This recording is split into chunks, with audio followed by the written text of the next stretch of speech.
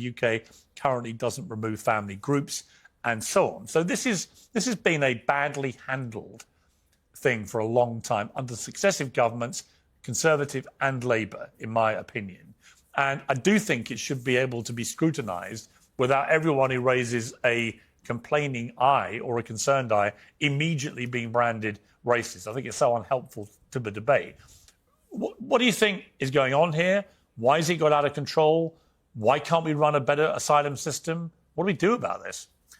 Yeah, I completely agree with you, Piers. I think calling people racists basically is not a productive way to conduct this conversation.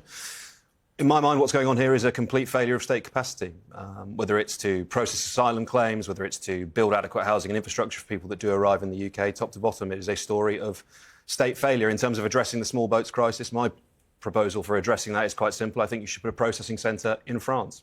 I think people should be able to make their asylum claim there. The French have offered it to us. We declined the opportunity to do so. We can assess whether or not they have a valid asylum claim, and if they do, we can admit them to the UK.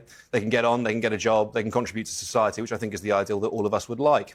Additionally, if we had that processing centre in France, you've got a pretty good idea then that if someone doesn't want to submit an asylum application and tries to cross the channel in a dinghy, you've got a pretty good idea of whether or not they're trying to get here with a legitimate claim to asylum or not. So that would be my approach to resolving it.